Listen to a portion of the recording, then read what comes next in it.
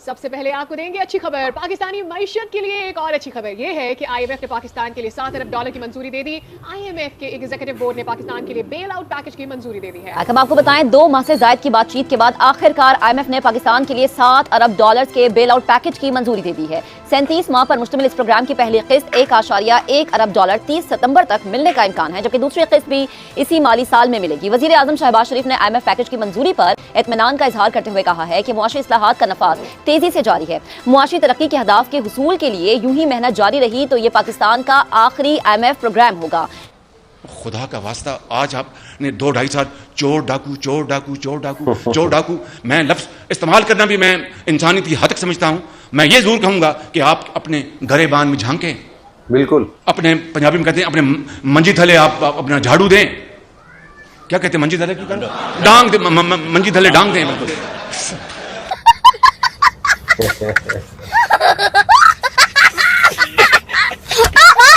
मंजी थले डांग दें, डांग फेरे, sorry Manji, I am sorry, मैं माफी, मंजी थले डांग फेरे। क्या सितम शरीफी है कि कर्ज मिलने पर हम सेलिब्रेट करते हैं क्योंकि ज़ाहिर है हमारी मैशत को उसकी ज़रूरत है, लेकिन क्या वो दावे हुआ करते थे और ख्वाहिश हुआ करती थी कि हम इस कशकोल तोड़ दें और इस सिलसिले से निकल सकें। तो जब मैं कर्ज भी कहता हूं तो कोशिश करता हूं कि सीन का साउंड ना आए, अंग्रेजी वाला साउंड ना करे। आपके क्या कमेंट्स हैं वैसे इस पे? यकीनी तौर पर इस $7 अरब के लिए बहुत तकदो हुई, बहुत कोशिशें की गई।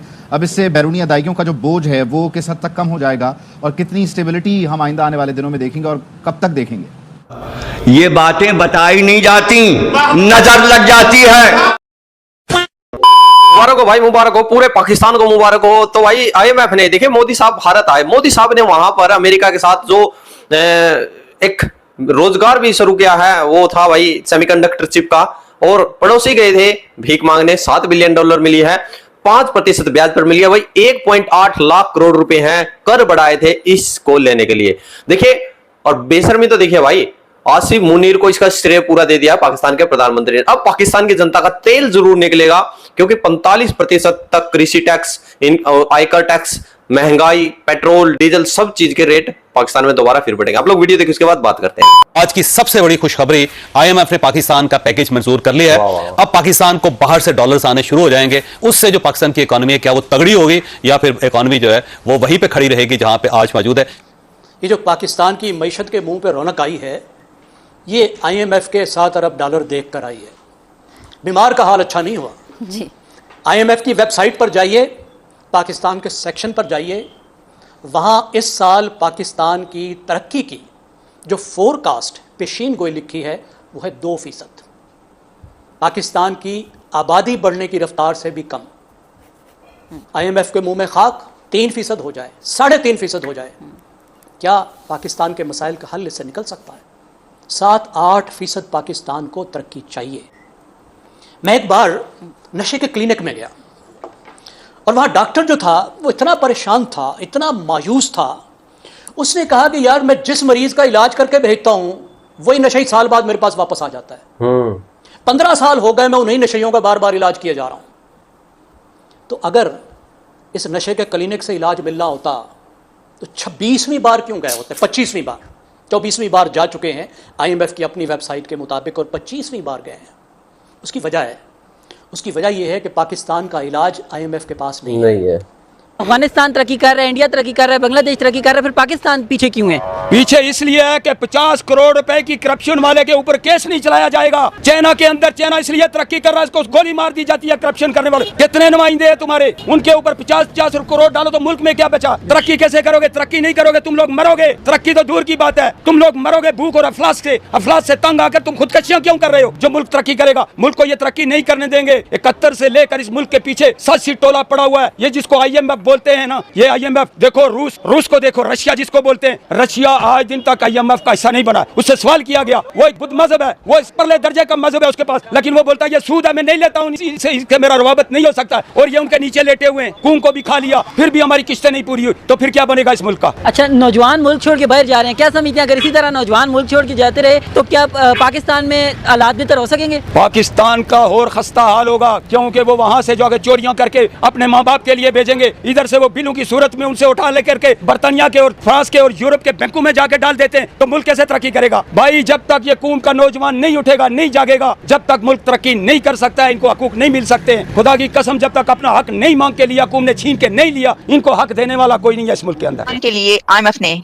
$7 बिलियन लोन अप्रूव कर दिया है। मुबारक हो, मुबारक हो। पाकिस्तान की तरफ से सदाएं बुलंद हो रही हैं, आवाज लग रही है कि शहबाज शरीफ प्राइम मिनिस्टर ने कहा थैंक गॉड कि IMF ने लोन अप्रूव कर दिया।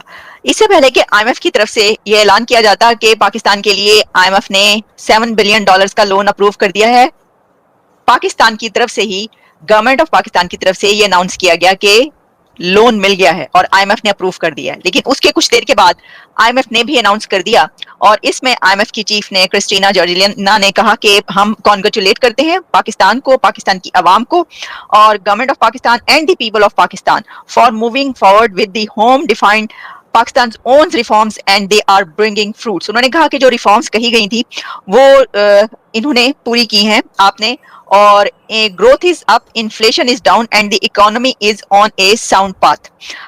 लेकिन जो शहबाज शरीफ है काफी उन्होंने हेल किया इसको, बहुत ज्यादा शहबाज शरीफ प्राइम मिनिस्टर ने इसके ऊपर मुबारकबाद पेश की, बहुत खुश नजर आए। कैसे खुश नजर आए ये देखिए, वो इतने को खुश हो रहे थे, आप देखिए मतलब शदीद किस्म के खुश हैं शहबाज शरीफ। इसकी वजह यह है कि शहबाज शरीफ अमेरिका आए हुए हैं, अब 5 दिन का दौरा है उनका। अब आप सोचिए अगर कि ये शहबाज शरीफ वापस घर पहुंचते और IMF का ये लोन अप्रूव ना होता तो इनकी ये हंसी कहां दिखाई देती, क्या बनता? क्योंकि आपको पता है कि वहां पे जो पॉलिटिकल क्राइसिस है उसमें तो सबसे बड़ी आवाज जो है वो ये लगनी थी कि देखें देखें क्या किया।